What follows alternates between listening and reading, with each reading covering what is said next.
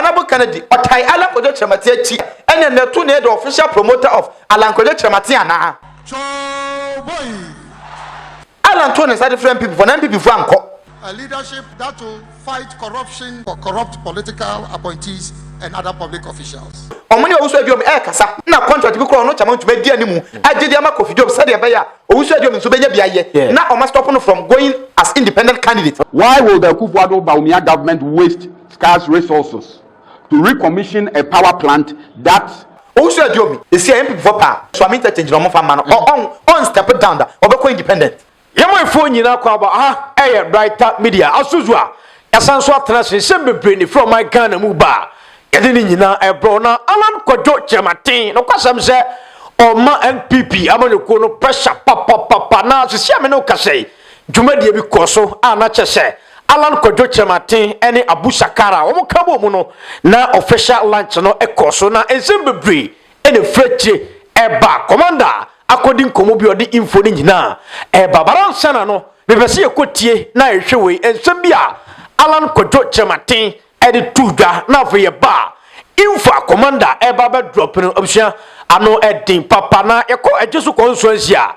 independent e frano aduomi ana chama untumi mu chem se o wona ne kasa se de be ya obes chap down no kwasem se ono so story wa ha commander akodi nkomo a odi eba aduomi se dabi ontie chama untumi se omoma no contract 500 kwa no still obekọ independent no commander akodi nkomo bia odi ni nyina eba sansuna NDC amanoko no ensem bebre erefri oba commander esan de bewram wo ho na ehde ekoso ewo NDC amanoko no mse commander NDC for no mse o ense story ense dem fi ho ba na minim se ne wawura ho akodi nkomo a odi ni nyina ebeba bara sana no mepese yekọ na yekotie ni yehwewe ban ba commander ebeto aso. I can feel the electrical energy in this auditorium.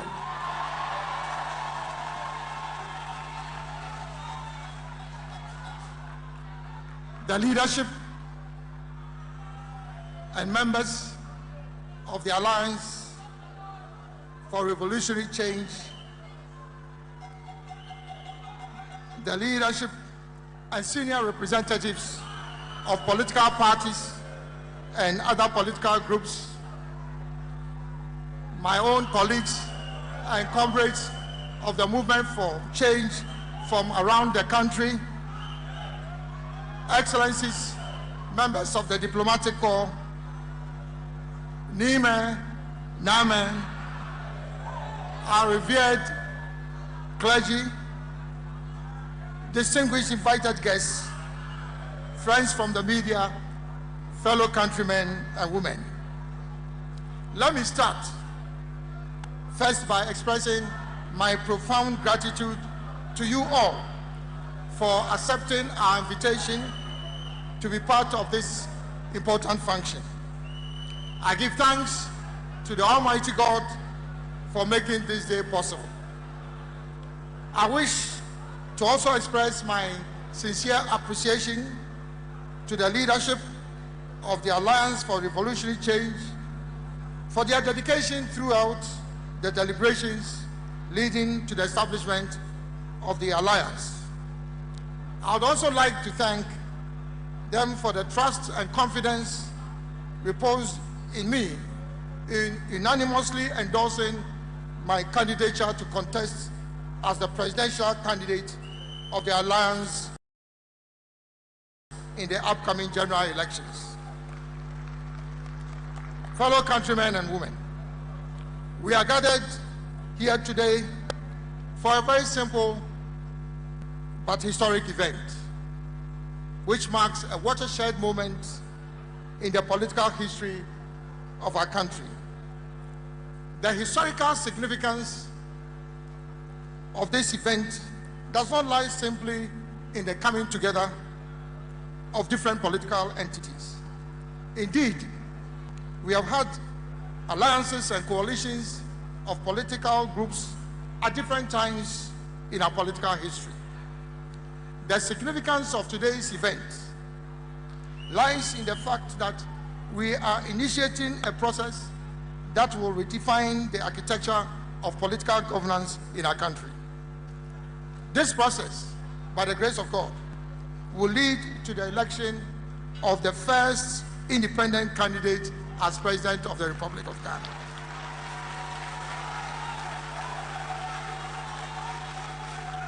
It will also lead to the establishment of the first truly representative government in Ghana's history, a government of national unity which will be made up of representatives from different political parties, the business community, labor unions, civil society, professional bodies,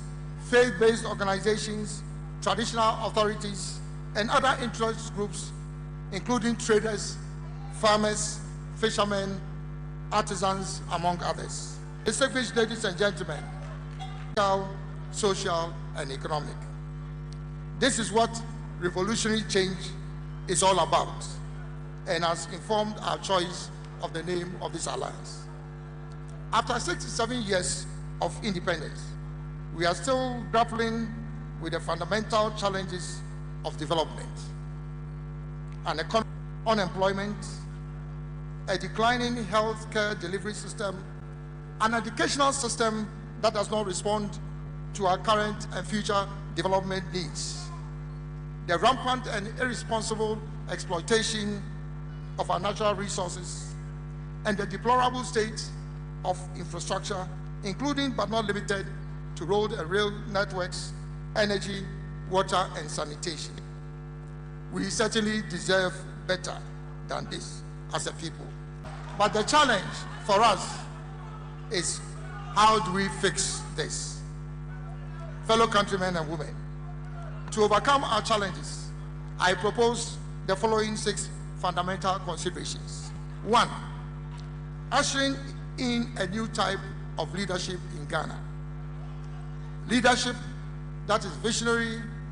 competent, accountable, transparent, action-oriented, results-driven, and compassionate. A leadership that will fight corruption, a safe haven for corrupt political appointees and other public officials. 2, implementing transformational policies. Governance is about policy making and execution. What Ghana needs now are transformational policies in all sectors, namely in the macroeconomy, in the productive sectors, including industry, trade, agriculture, tourism, in infrastructure development, in social services delivery, including health, education, and sports, in the responsible management of our natural resources, and in the progressive constitutional reforms to improve governance. In this regard, it is worth noting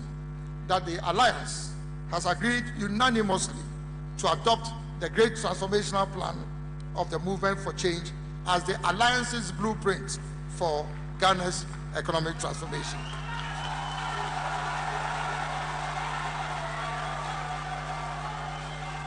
Number 3, making private sector the real engine of growth and development. The development of the most powerful economies in the world has been anchored on and driven by a vibrant private sector, strongly supported by government. The private sector in Ghana, including micro, small, and medium enterprises, must be the agents of the transformation of our economy. 4, building a united Ghana. The divisiveness in our body politic, driven by the duopoly of the two. To overcome this, there's an urgent and critical need for a new political system that will move Ghana beyond the duopoly. This is the only way we can build a truly representative who is elected not on the basis Ghana has a young population with 73% of its population under the age of 35. We cannot, as a nation, reap the demographic dividend without focusing on the group that represents the future of our country. In a similar vein, women constitute over 50% of our population. They constitute the largest section of our farming and trading communities. And in many cases, they are the breadwinners in our households. Gender mainstreaming must therefore be a development imperative if we want to exploit the full potential of our female human resource. Number 6, and last but not the least, inspiring a revolutionary change in the mindset and behavior of Ghanaians could be, to a large extent, attributed to attitudes and behaviors that are not conducive to transformation. The indiscipline, the lack of respect for the rule of law, and the inordinate clamor for wealth is a cancer in our Ghanaian society. For Ghana to transform, we need first to transform our own mindsets. Fellow countrymen and women, these 6 considerations that I've outlined above constitute the driving force underpinning the establishment of the Alliance for Revolutionary Change. Individually and collectively, we, as partners of the Alliance, have been motivated by these considerations in our quest for political power. In coming together as a group, we have agreed to focus on factors that unite us rather than those that divide us. This, in my view, is what makes this alliance not only a powerful force, but an enduring one. As citizens, we owe it a moral obligation to generations preceding us who sacrificed to build this great nation, and to our children and generations yet unborn to build a Ghana that works, not just, but a Ghana that works for all Ghanaians.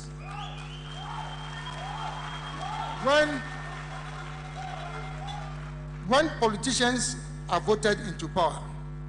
they are expected to empower the people rather than empowering and enriching themselves. I'm committed to leading an effort when voted as president to create a new political culture in our country that will guarantee equal opportunities for all.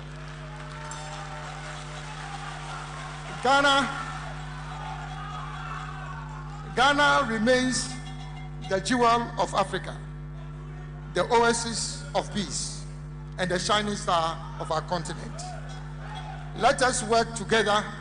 to leverage these positive characteristics and build a prosperous, united, and peaceful Ghana. Fellow countrymen and women, in conclusion, I invite you all to join hands with the Alliance for Revolutionary Change to usher in a new era of hope, opportunity, and progress in Ghana. Vote for Alan Chamatin as president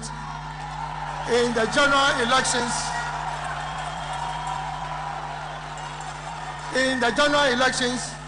In December 2024 in this country. Long live the Alliance, long live Ghana. Ghana will rise again. May God bless our homeland Ghana and make our nation great and strong. I thank you for your kind attention. Okay, Commander. Yeah, writer. Alan Kojo Chematin. Of course. Now, minim say dwumadi achi no ensem bebre na ekoso Alan so akasa. Ha na okasa we na say ebi mu bona baso pa. Oti ase ebi mu so emfa. Sa na ebi mu kan o. Ebi mu so ala no bon ho modin ade ne be fa because we nipa na egu okra no am say na kasapa quick one nwam nipa ne de na encouraging right ma me na wase na yen hye nkomodi na se okay right ene nyina ne se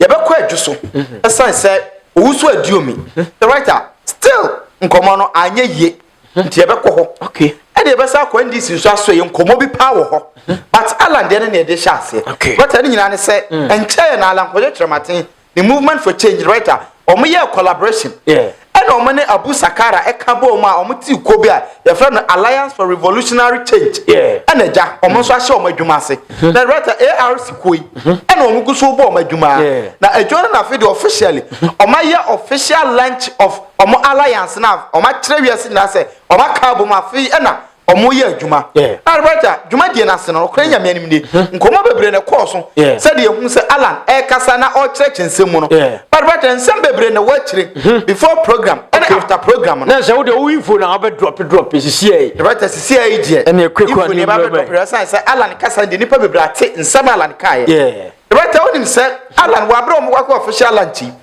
Alan to ne nsa fra NPP eno to ne nsa e different individuals bi so omo nyina so ma meka ho na omo na de ne kama and some other parties so omo nyina meka ho bi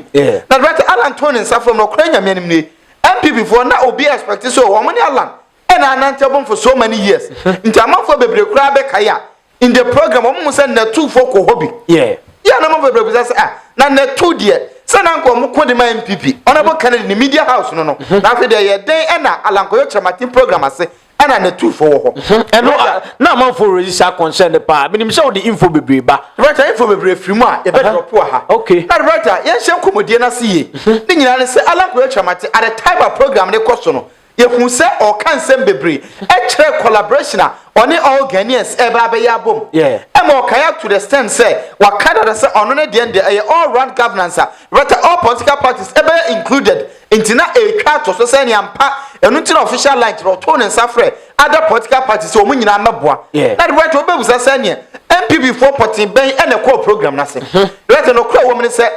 Alan to ne side different NPP for NPP for anko hwe Alan friend people so NPP for maboa me Alan Chamatin na me official line Alan Chamatin friend NPP for anko essence NPP won say e insult and Alan Koyo Chamatin edidi o matem hwe right a pen komo bi ene na matire no NPP for pen for bi hu say Alan obu NPP se sabi omo ye nkwada ni kuokitua bi Alan bu NPP a ankonsa nto ne sam from say omo mbra ni program at the time what free NPP ma all twe omo vote ye omo ne twe e wo vote ho nso omo ne ko na say omo ko baahye no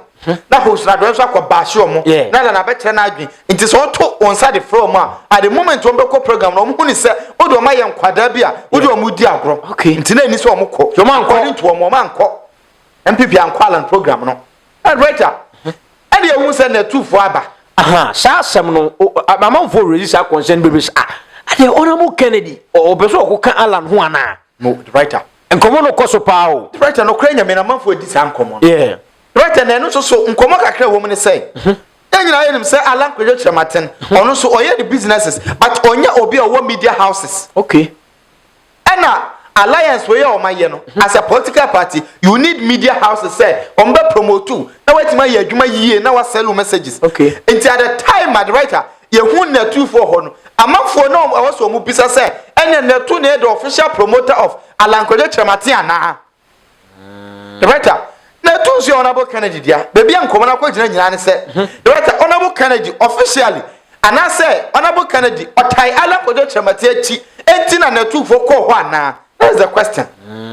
But so what you say na akase Alan anyone about Kennedy omudi nkomo pa okay right Alan Kennedy omo say brothers atra namfo e omudi nkomo every step Alan Koyo Chamatin be move dia no obo about Kennedy akompre kwa Japan man ye enti ade we kura na Alan Koyo Chamatin e kwa right answer na the two for be na honorable Kennedy e ya aware because omo tv for omo pe enko wa bra ona no enya aware because we a political program right now with political program na honorable Kennedy aware idea ene amanfo be ja tum sampa ene afedie Alan ene honorable Kennedy writer omo ko nakra na omo da sori e bibia but Alan Koyo Chamatin writer because we all round ninti na we say honorable Kennedy eti ase na na tuko at the moment honorable Kennedy be decide say Oman na tu enko cover Alan program na kire se oni Alan omawie omontama sai but omontama so ye nti MPP fo anko ba na tu fo ye dey ekoye oh nyame hia wo mo Tiribata Honorable Kennedy officially on joining Alan Kwadwo Kyerematen on your official announcement but the media house no you ready say omba promote Alan Kwadwo Kyerematen amana selling the message because omunim say nsema Alan e ka no eto asomu but say adwuma de wo man ma ade ade mfa so bebre o man obi ade akire bi enti say na tu hu say Honorable Kennedy and say Honorable Kennedy na tu ye ne dia no on the media house nya hu say Alan Kwadwo Kyerematen is selling a very good message also Ghana 40 enye won waso won bekwa premier program no necessary pa Tiribata no kwanya mianim ni ehon nko anso eye 1 pointer amanfo bebre ebeka nsem bebre but asem ni nyina ne se enye bone se na tu ebekwa cover Alan Kwadwo Kyerematen the right way Tiribata aside story we Alan Kwadwo Kyerematen kan nsem bi Tiribata o kire mu se nyame ya adom na oba be first independent president ya Tiribata so twem krofo nyina ban hu wi a oba fight against corrupt officials na ha na asem ni nyina wo nsema ori tu dware nyina no uwura ha keto bi na asem ni nyina wo onim se Alan Kwadwo Kyerematen Tiribata wa hate MPP so hard se MPP for ye ni ma bia entwasumo no mo enko on good terms corruption dosun and Honorable Kennedy so can say MPP for from fan niema and ye hu na two for Alan program na se and Honorable Kennedy and so condemn MPP Ken Alan so condemn the na two for call ye ya Alan ekas oba corrupt officials obechi wo mo no right na ema MPP for ni bi ekas okay and your plan work say Alan Kwadwo Kyerematen and Honorable Kennedy nkrofo ne ka bom say omba putu MPP under pressure that right say say mo nyina so ka hu bi say Honorable Kennedy and Alan and the director almost move together. Almost share same ideas. But at the pressure to MPP for no some MPP for said there be. Alan Kwadwo Kyerematen friend people. Honorable Kennedy go. To Honorable Kennedy nim. They cost in the party. Then you share. Obelike every information. And the Alan Kwadwo Kyerematen. Still he's a member of the party. O say Alan de ono no. Me pass corruption ya dia ompekra. Right pen komo bi yeso ompekra. Nkomo bi ene na ma kire no Alan be president na right mpanifo bi Alan be chi wo matepa but ono no ase obi a oye cool nti wonhwe yi a obe underrate no enso na obebo adwuma pa na right nkomo ba ko a ene ma kire ne se sikasem bi nkrofo bi mpanifo bi ayu so ma sika de ye niam bi na ho hia nti ni nyina aka ho na ya Alan Kwadwo Kyerematen ya there are other projects and Alan Kwadwo Kyerematen and support at the time at writer obekaya Alan Kwadwo Kyerematen onu eye minister na oye more trade and industry na ye pese ye bia nyuma industry se mia bia nyuma na ye disika ekoye different ade bi te se ye kosi cathedral ekoye na Alan Kwadwo Kyerematen nya ade a peneso sa ne manema no right anti no kra nya mianim nie official lunch na tudwa ye bebo na baso right ye mo Alan na baso ye bebo na baso pa so wa hwe ni message na right no kra nya mianim nie or trace the pivot nipa na sisie no who say nipa dua na gina sisie no sisie no private sector so man ni be ya private sector and ye sisie no o say esi private sector na so na enwuma ni gina omo so na omo dane enwuma na nia na obi anso nya bi ye to be involve private sector pa nti nyamhwa na ye be na baso abo adwuma pa we dey quick one you nwura hase na enkwan na the writer ye fra Alan Kwadwo Kyerematen aso ya ebe piem wa Ejisu by election encha kra na ekoso but aka na kitwa bi na honorable wo so adiomi former MP wa Ejisu constituency all as independent candidate but encha ne te se chama wontumi edi nsem beto dwa so omoni wo so adiomi kasa na omodi afa ne boss Kofi Job so se oni ne nkasa na contract bi kro no chama wontumi edi animu agide ama Kofi Job se de be ya owusu adiomi so benya biaye na o ma stop no from going as independent candidate the writer omo ka bia okranya mianim nie in fact abranya senior so be kan ne de so e basa wa yo different writer omo di nkomo bia but nkomo a e ba ne se owusu adiomi se da bi MPP for ntimi nkan tere ne se mani nko independent da cha owusu adiomi se independent obekọ na ordinary forms no e ko electoral commission baby adru no but before ni di nkomo na owusu adiomi di nkomo MPP ka don be ka bia chere owusu adiomi ampene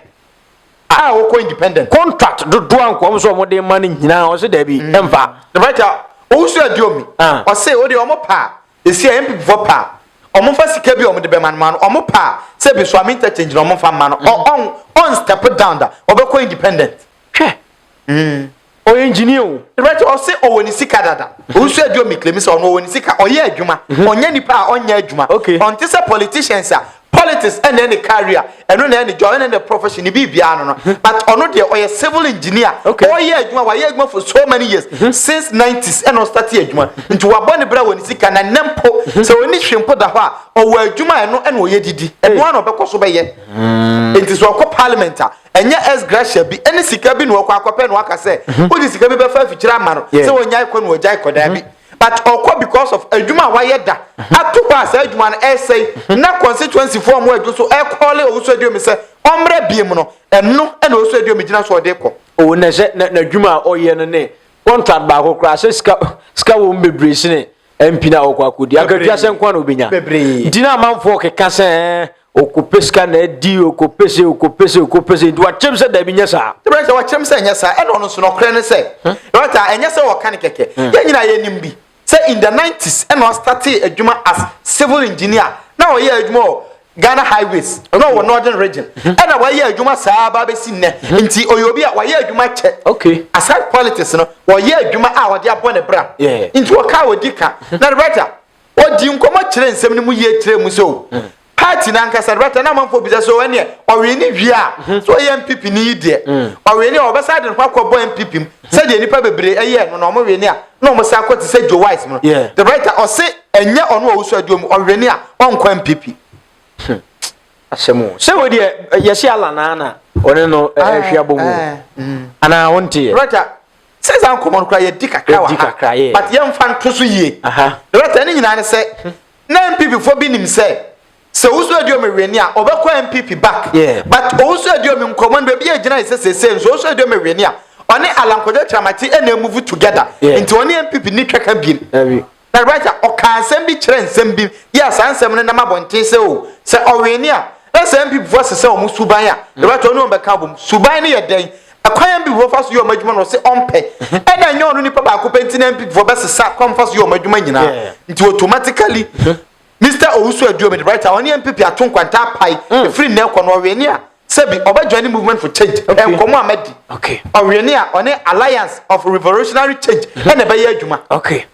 so wa weni so a o ye independent o nam ne baby the writer enkomo ne de ene me kire bebre ta me pese awuram ewo NDC so aso ye so bi boba pa the writer asemasiu writer onim say nche ye kra na aban ene ye friend sen energy minister eboaye e de power plant e free aboaze ewo takwane ne important western region ekopia mu kumase the writer e ho nsem aba bebre ni nyina ne say after so mo e commission ade ne wieye no na NDC omo branch wa Ashanti region omo communications director Abbas Nuruddin lawyer the writer ono so eye press conference and one ne mpanfo tirim say dabi say bi nanado ya panimbo ne dodo omo say nanado say bi o ya pani a ya kan nan kan before pa ka hu bi essence wa twan amankwada e de se ka adwananka the writer omo sam nyina ne say sa power plant na ewo western region eye adwa for the whole country na sa wa hwa de ha adwen ewo ho omo be ka nyina ne say the writer na ewo hodada a eye adwuma enti so de be free western region e de ba central region adwuma eye no na be ye but ye babaka ansa na de free ho de ba Ashanti region the writer omo say omo ti so mpanifo na ka kire otumfo say ka na be $10 million but no problem say ka na about $30 million na the writer $30 million otumfo na ope $10 million pe e de aye konfa no che aban ni say ye ni sika ye betimi enya sika de aye but ye move power plant ya former president Mahama and ye e de free western region e de akwa Ashanti region e wa bra the writer the bobo ka $30 million ba adwuma ye western region e ye sa adwuma na be ya amoma no ensisa ba akokura ma ho the writer omo se no kra ni nyame anim ni ade na na ado aye ne de se bi wa kire so enipa bone ni na ade ni nyina ne se be di esa do so Ameri power plant na do asa se din so ade ni ya tam the free western region akwa Ashanti di esa ni din na nya no Kumase power plant the right almost o masem nyina ne se na do pese okata former president Mahama adwuma oyɛ yɛ so enu nti na wasesa agye ni dia wasa for the free ho e de ba Ashanti region e de ba dada Kumasefo so ade no me na me ye de aba ade no nya adwuma no ya ade wo manim dada o mani sika na ye de ye nti e ka na ya bosa $30 million no anke betim di mu 10 million esese kwamfa no che that the 20 million no aye bibi foforo wa Ashanti region be develop but ya shesa sika no kwa because of politics the way to mo kasa no e no mu kire mu se okra ni nyame anim nie sa de we di adanse se mama na solve dum so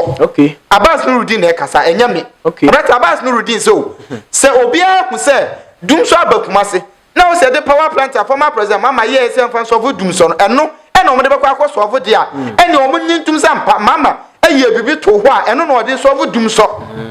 nti Abbas dum so abai aban we anya bibia o de be solve age so mo kofa mama project no ene de solve nti ade na o mo kwa abonti o mo nka se mama ene solve dum so to ho ansa na woko because oni o mo problem NDC for so kan wa Ashanti region o mo so Martin Sembebre na o mo so mo tsa enye yie Sembebre ni nam wiem they say o mo to mane NPP for no so to mane fa na we fa mane say 7 December ne beduru na em say Ghana bubu ya so de ya so besi BBC ya na obi e to ne de ba se sa de ya se o se nka MPP fuenso ko mo Mahama ba so akra se e bi on start ye di omo kasa no a se atin se ye nyina o man Ghana adwuma ba ko na ye na nya obi bottom sika e o man ni sika because em sa de no obi a no 2015 and start say e ye adwuma di omo dwa pa omo dwa lai o say ade wo hodada na eye adwuma na o man ni nyina nya so mfaso na o say o be hye da yef bi esi ndi akoba bifro ni nyina adwuma ebe ye eno ane be nsesa ma na ya boka wa kire de ena ade na wo mfa sika ni ma Ashanti region fo na o mfa nya adwuma wa Ashanti region cha na o muka ena din no kura wasansa na chese o mpesa amafo be hu se eye plant na former president Mahama ye no na na do mpesa amafo be hu nti na wasesa din no o mso din na asesa no Mary plant na be ye aha o mo pa NDC for say din na asesa ne de enye o mo de enye hwe aha o mo pa enye hwe but na go say o mo recognize o mo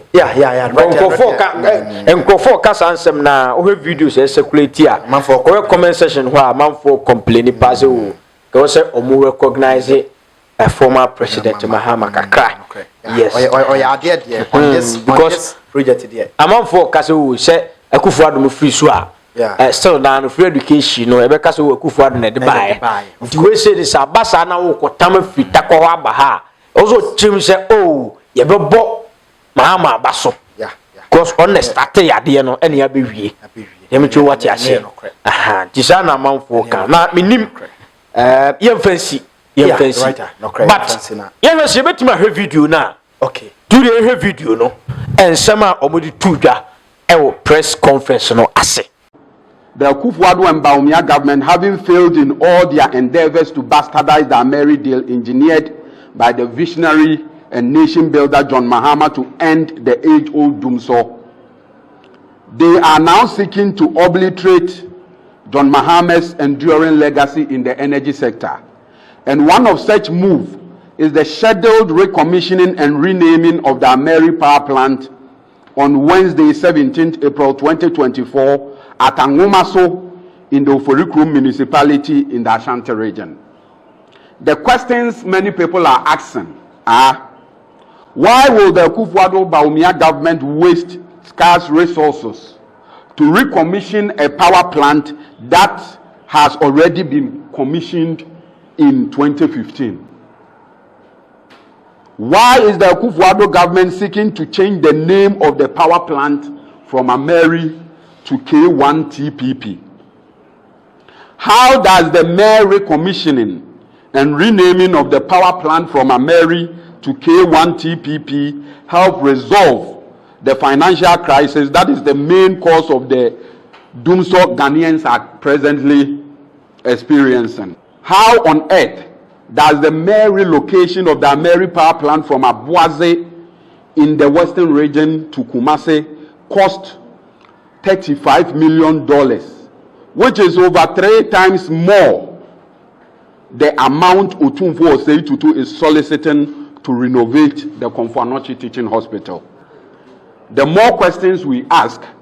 the more confused we become as to the true intentions of this clueless and incompetent Akuffo government. Need we say that the Akuffo-Bawumia government, having borrowed so much with very little to show, is seeking to rebrand and take credit for most of the projects initiated by the visionary John Dramani Mahama, just to create a false sense of performance in the minds of the people. They started with the Kumasi Airport Phase 2 project, which is one of President Mahama's towering achievements in Ashanti region, and now the renaming of the Ameri power plant to K1 TPP. But let it be known that when Dumso was collapsing the businesses of inhabitants of the Ashanti region and beyond, it was John Mahama's Ameri power plant, howsoever it is called, that was brought in to save the situation.